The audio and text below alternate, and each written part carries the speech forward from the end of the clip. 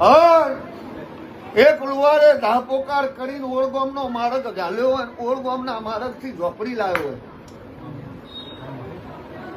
તમારા ઘરને એનો વખો વેતો લેવો, પણ આજથી એ વખો ઉભો. જેવું હું બોલી કે ઉપેન્દ્ર પ્રકાશ ઘેર જો ઓકડી ના ખખડાવું તારા બાપની ઝોપડી નહીં. બાપુ બાપુ એટલે ઓકડી ખખડાઈ વજર ખખડાઈને આવી ને તો બરાબર એવી આવી છું તો